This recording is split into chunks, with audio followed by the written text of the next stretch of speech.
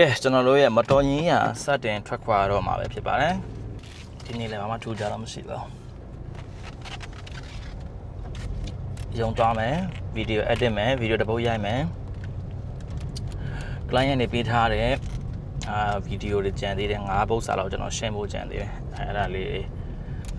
edit မှာပေါ့နော်ပြီးရင်လည်းကျွန်တော်ရဲ့ main channel လာရှိုးကို vlogs တွေcontent plan လုပ်ရမယ်ဒါပါပဲပြီးရင်ပစ္စည်းပို့စရာရှိရလေးပို့မယ်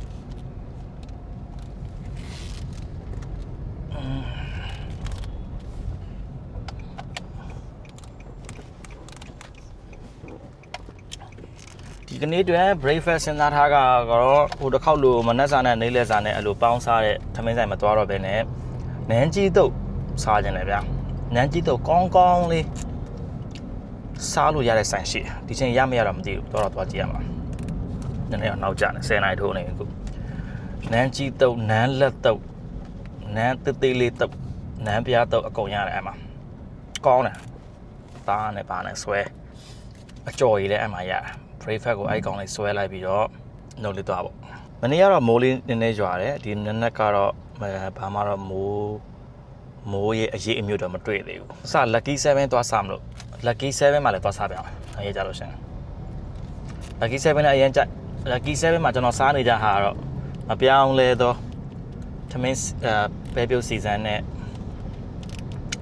စိတ်သားလေးနဲ့တခါကျရင်ငါ6လေးပေါ့နော်သူငါ6ကမငန်းငါ6ပြားလေးနဲ့ဟိုးကောင်းပါကောင်း share ပဲကဲရှေ့မှာတော့ကြက်ဥကားကြီးပဲဖြစ်ပါတယ်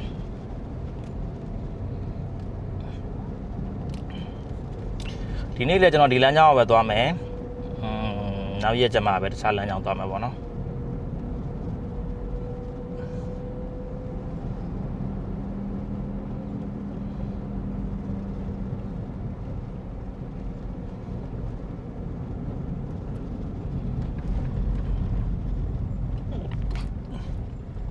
ဒီနားလေးမှာလည်းချင်းဆိုင်တစ်ဆိုင်ရှိရဗျအဲ့ညာဘက်ကိုချိုးသွားတယ်အဲ့မှာ blessing ဆိုတဲ့ဒီချင်းအစားတောက်ဆိုင်ကောင်းတယ်ဗျအရမ်းမိုက်တယ်ကျွန်တော်အဲ့လိုအသားတွေပဲကြိုက်တယ်ပေါ့နော်သူကပိုကောင်းတာသူစီမပါဘူးဗျအဲ့လိုရေလုံးပြုတ်ကလေးနဲ့အရွက်လေးနဲ့အဲ့အမဲစွပ်ပြုတ်လို့မျိုးပေါ့နော်အဲ့ဒီဟာလေးနဲ့အထောင်းလေးနဲ့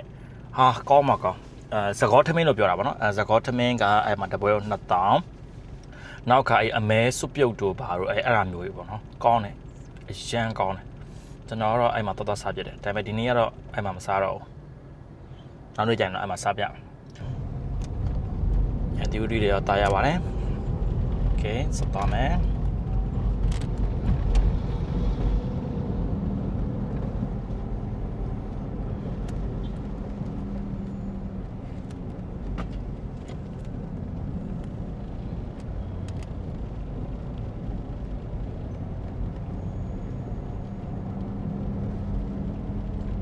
ဒီကဝိုက်ပြီးတော့ဒီဘက်ကျော်ပြန်ယူမယ်ဟိုဘက်ကမြင်းသေးဖြစ်သွားပြီအခက်မတင်အထိတ်မှာဖမ်းပါတယ်ဒီနေ့ကတော့ထုံးတဲ့တိုင်းပဲစုံနေဆိုတော့ကားလေးရှင်းတယ်စပယ်ရှယ်ဖမ်းနေရနော်ဒီရပိုင်းကရေလေဖမ်းတာအကုန်လုံးကဝိုင်းပြီးတော့ပြောကြတယ်ဒီစုံမစနစ်ကြီးကိုဖျက်သိမ်းပေးဖို့ပြောနေကြတယ် Facebook social media အကုန်လုံးကလည်းပြောနေကြအဲ့လိုပြောကြမှာပဲပိုးတော်ဖမ်းနေသေးတယ်ကျွန်တော်စိတ်တယ်အရင်အဲ့လောက်မဖမ်းအောင်လမ်းမကြီးဆိုလို့ရှိရင်တော့အဲ့မဖြစ်မနေထွက်ရမယ်ဆိုတော့ရှောင်းပါတော့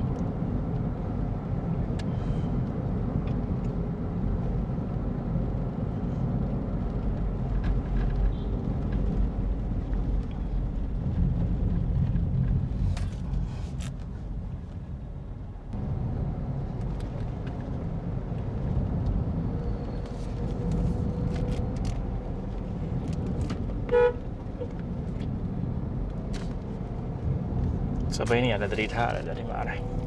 စပိန်ကြီးရယ်စိုက်ကားကြီးရယ်အမှ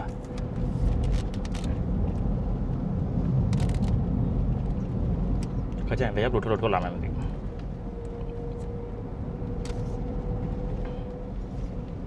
ဒါကကြရင်စပိန်စိုက်ကားကြီးကကိုရှင်မှာပိတ်ထားမီးပွိုင်းဆိုတော့လည်းကြော်လို့ရတယ်မရအောင်နောက်ကကားလေးကဝန်းနေတီးတာဒီတိုင်းလေးပဲလိုက်မယ်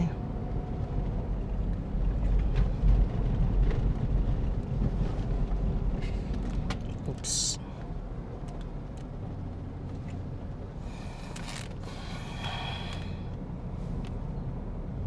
ဖမ်းနေပါပြီရှေ့မှာတိတ်နေပါပြီခင်ဗျဒါကဘာကိုဖမ်းတာလဲတော့မသိဘူးဒီကောင်ကမီးပွားရနေပြီးတော့မှကျွန်တော်စိတ်ထင်အပေါ်ကျောကိုယူလို့ဖမ်းတာနေမယ်အဲ့တော့မီးပွားရင်မှာလိမ့်ပြောင်းလို့မရဘူးလေဒါရိုးရိုးဖမ်းတဲ့ကောင်အဖွဲ့တွေ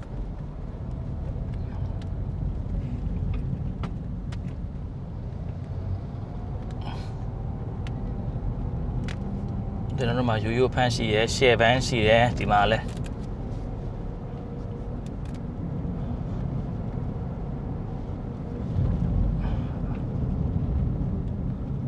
အိုင်နာမှာလည်းတော့မီးပွားနေဝါလို့ဖြက်လို့တော့အမှတိတ်ပြီးတာမှတော့တခါလေးမှာကိုယ်နေရဗျာကိုယ်ကျွန်တော်ဂွေကြောရှိရပါတော့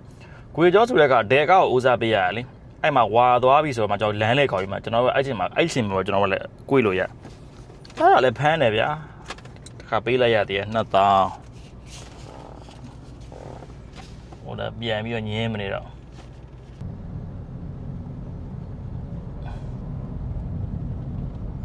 ကဲကျွန်တော်တက်တယ်ပဲသွားမယ်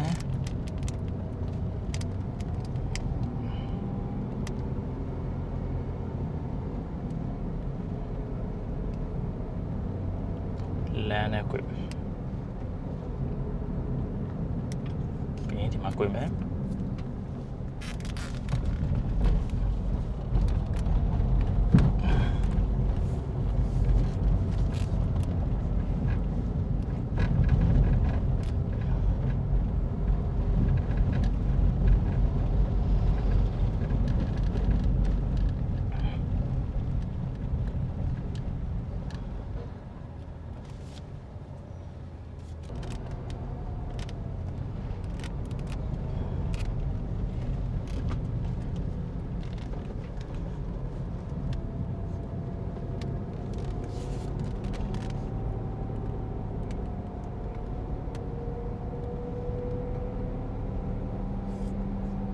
ရှင်းမှာမုတ်တီဆိုင်လေးတွေ့ပါပြီโอเคကျွန်တော်ဒီမှာတွေ့မယ် signal လေးပြထားလိုက်မယ်ဝင်းမုတ်တီတဲ့ဆိုင်နာမည်ကတော့ကြားဘူးကြားလာတော့မသိဘူး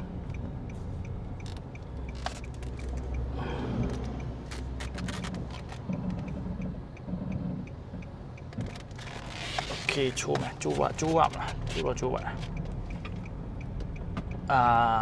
မချိုးတော့အပြင်စုပ်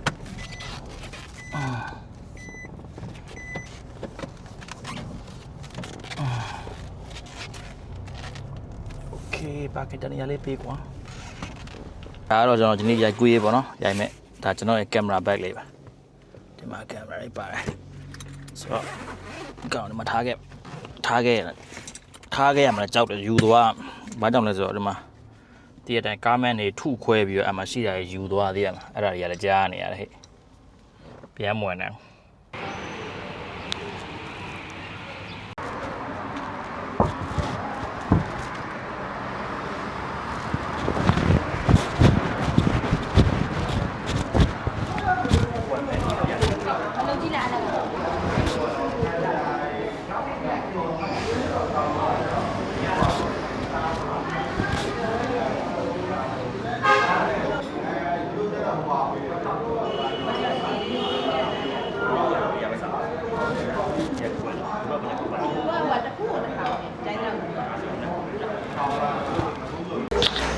ဒါကတော့နန်းကြီးတုပ်ဒီကတော့အချိုတဲမယ်ပေါ့နော်ပြီးမှကော်ဖီလေးမှားလိုက်မယ်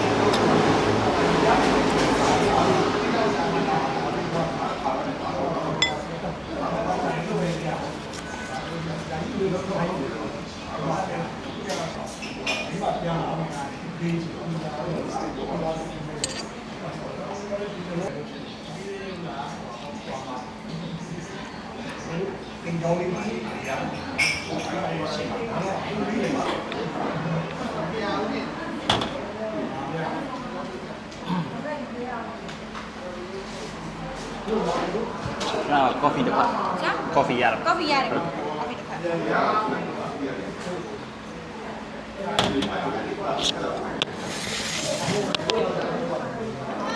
ဒါလေးကတော့အချိုလို့ပြောတယ်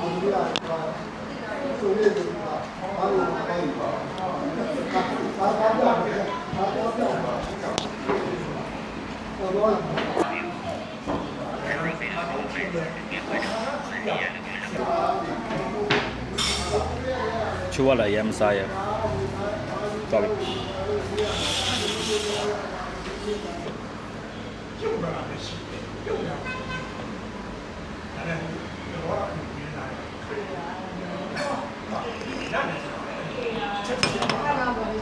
အဲ့လိုတော့စားလို့တော့ကောင်းပါတယ်အဲ့ဘာစားချွေးပြန်တဲ့ယောဂကြီးကကောင်းတယ်မုတ်တီတုပ်လည်းအရင်ကောင်းတယ်အကျော်အဲ့မှာမုတ်တီတုပ်ရတယ်ထမင်းတုပ်လေးလည်းရတယ်မုတ်တီတုပ်ထမင်းတုပ်ခောက်ဆွဲဘာညာပေါ့နော်အဲ့ဒါကြီးစီရတယ်တော်တော်ကြီးကောင်းတယ်ဝတ်သားနဲ့ကြက်သားနဲ့2မျိုးပဲရမဲသားတော့မရဘူးပေါ့နော်ပြီးတော့အကျော်လေးတွေလည်းအဲ့မှာစုံတယ်အကျော်ကောင်းကောင်းလေးရရတယ်ပြီးတော့တခြားသောဒီသူတို့စီကရောင်းတဲ့တခြားသောဒေတာထွက်လေးလည်းရှိမှနေတူတယ်ဝင်းမုံရွာမုတ်တီလို့တော့ခေါ်တယ်ဒီရွှေကုန်းတိုင်းလမ်းမပေါ်မှာပဲโอเคစားပြီးပြီဆိုတော့အလုပ်လုပ်ရတော့မယ်ဆက်သွားမယ်နော်โอเคရပြီကိုတော့ဒီကပဲသွားလိုက်တော့ဒီကနေ့ကိုရနည်းနည်းတိုင်ပတ်တယ်ကိုလိုကန်လိုက်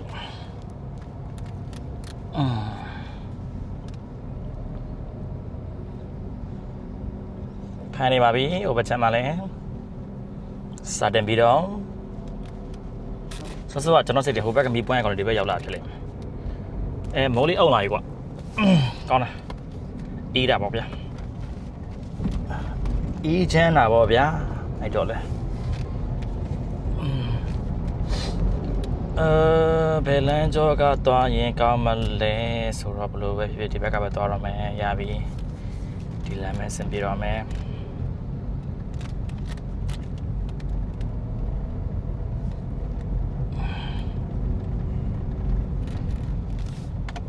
ကဲညာဘက်ချိုးမယ်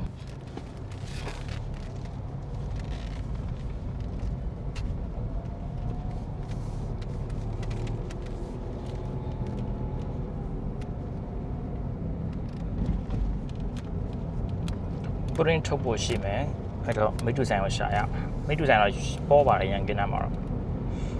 အဲ့ဒီကြောပဲသွားမှာ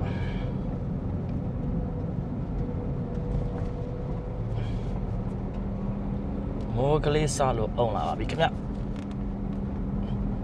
ရှေ့မှာတွေ့နေရတာတော့ market place ပဲဖြစ်ပါတယ် market place မှာလဲဘာမှရောင်းစရာမရှိတော့ကျွန်တော်သွားတာ local ပစ္စည်းတွေပဲရှိတော့ကျွန်တော်အရင်တော့ market place ကိုလာပြီဆိုလို့ရှိရင်အမှနိုင်ငံခြားထွက်ပစ္စည်းလေးတွေပေါ့နော်တရားမှာ sausage တို့အေးတို့ orange juice တို့အဲ့လိုကအစပြတကယ်နိုင်ငံခြားလာတဲ့ဟာတွေပဲသုံးလို့ရဝယ်လို့ရတယ်ဥပါရှိ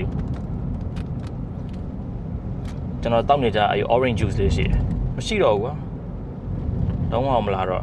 ဒီ local made တွေပဲတောက်နေရ local made တောက်ရလို့ပြောတာမဟုတ်ဘူးเนาะအဲ့ပစ္စည်းတွေမပေါ်တော့ဘူးဆိုတော့ပြောချင်တာ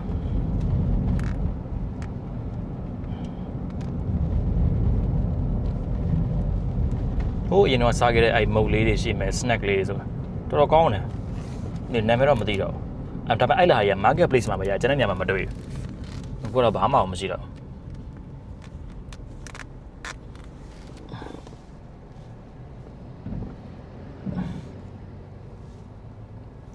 ကဲပွင့်ရပြက်နေရကွာအနေရှော့ရှိတယ်အေးဟုတ်ပြီထွက်မယ်အောင်ထွက်လိုက်မအောင်ထွက်လိုက်မယ်မီးပွင့်ပြက်တာဒီမီးပွင့်ရတယ်ဘယ်တော့မှမလာဘူးတရားတိုက်တော့လို့ရှိရင်ဘယ်သူမှန်လို့မှန်မလဲမှားမလဲမသိတော့ဇက်တွေရှုပ်ကုန်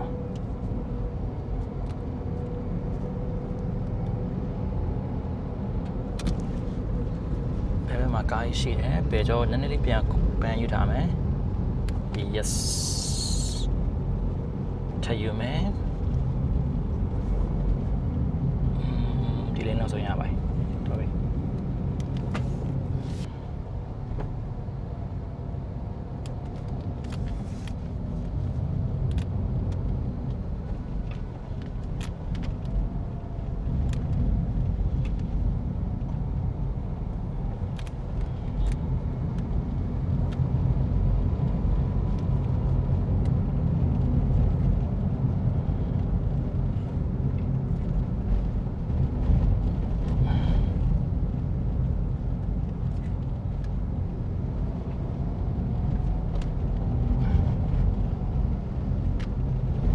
ရှိတယ်မတော်ဘီကယ်တွေကတောင်းနေမှရှိတယ်။ဘာကြောင့်ဒီအပိုင်းကစုံမမဟုတ်ရင်ကိုဒီကမဟုတ်ရင်မထွက်တာကောင်းတယ်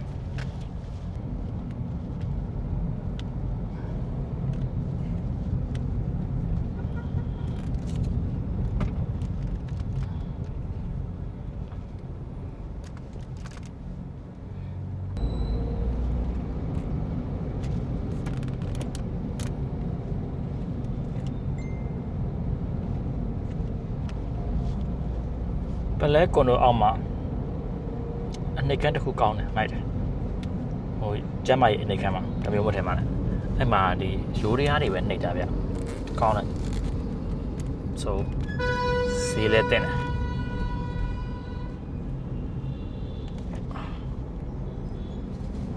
တယ်တော့လာရအောင်ဒီအောက်မှာလည်းလက်ဖက်ဆိုင်တစ်ဆန်ကောင်းတယ်9085ကိုလောက်ထားတာနာမည်တော့မေးပါအော်ကာဆိုင်အဲ့မှာမိုက်တယ်အဲ့လက်ဖက်ရည်ကောင်းကြိုက်တယ်အဲ့လိုနှက်ဘယ်လိုခေါ်တော့နှက်ကော်ဖီဟုတ်ပါဘူးဘယ်လိုခေါ်တော့ကြာစိန်တို့ဘာညာပေါ်စိန်တို့ဘာလို့ကြိုက်တယ်ဆိုတော့အဲ့လိုလာခဲ့မိုက်တယ်အမ very good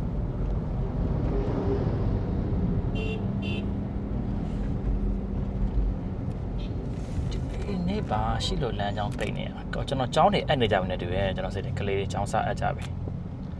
ကျောင်းဖွင့်ချိန်ရတော့ဒီလမ်းကလည်းနည်းနည်းလေးချက်တယ်အဲကျောင်းတက်ကျောင်းဆင်းချိန်လေးပေါ့နော်အခုကတော့သူတို့ကျောင်းနေအပ်ဖို့အတွက်စားကြပြီလေကျောင်းဖွင့်ရလေးမှာစုံမလေးဖယ်ပေးရင်ကောင်းမှာပဲကွာ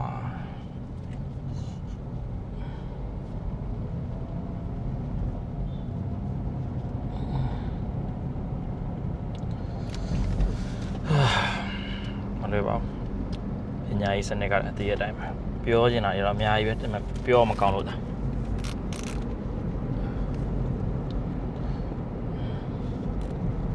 International School ထားဖို့ကြောက်လဲမလွယ်ဘူးလေအခုဈေးနှုန်းနဲ့ International School ထားမှာတလောက်10သိန်း30လောက်ကိုအိမ်မှာအဲ့ကျောင်းစရိတ်ကြီးပဲတက်ထားမှရမှာအဲ့ဒါမှလည်းကောင်းထားလို့ရမှာ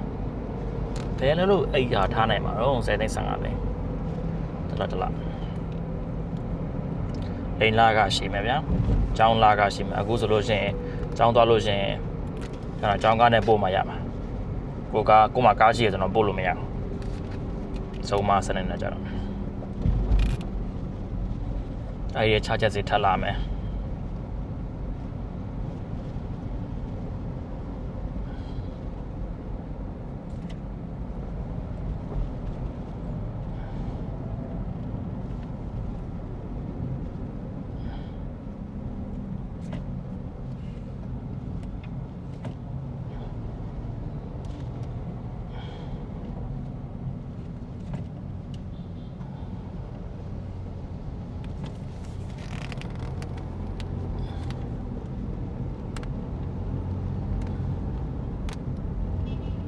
ချာချက်စီတိုးလာတာ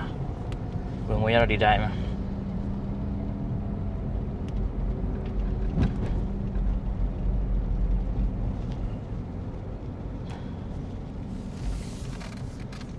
ကဲမိတ်တွေ့ဆိုင်ရှာမယ် print ထုတ်ဖို့ရှိတယ်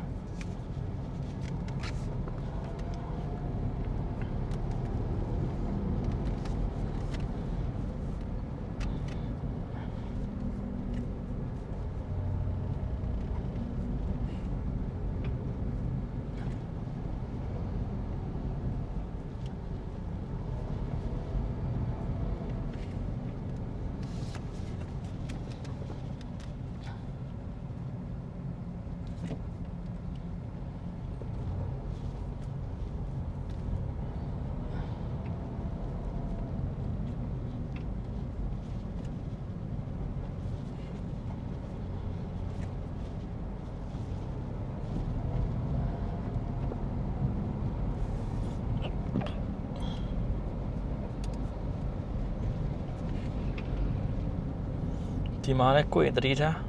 ဖိုင်းဝါလို့ကလုံးဝမကိုယ်နဲ့နော်အခုဒီမှာဝါအဲ့ကောင်ကိုယ်ကြည့်လိုက်ကိုယ်ရင်အဲ့ထိတ်မှာဖမ်းလိုက်မယ်ကျွန်တော်မြင်တော့ရှိတယ်အဲ့တောင်းပါစိန်ပါပြီစိန်ထွက်မယ်ဒီနေ့တော့မရှိဘူးအဲ့ဒီကောင်လေးငါတို့ဒီနားလေးမှာစောင့်တာအဲ့ရ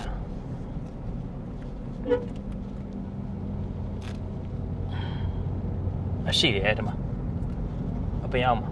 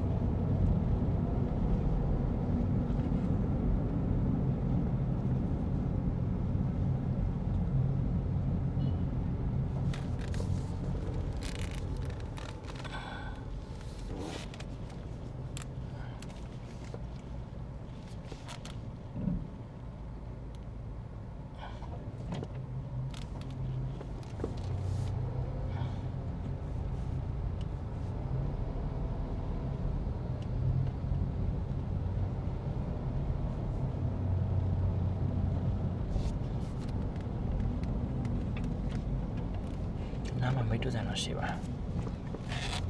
ရှာလိုက်နားတကြောမှာ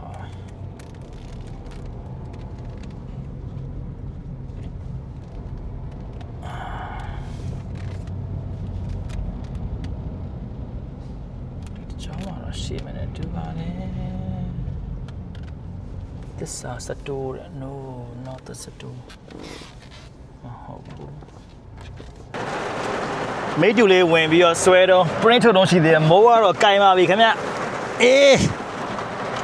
လာပြီဗောအဲ့တော့လေကြွားကွာရှယ်ပဲဩ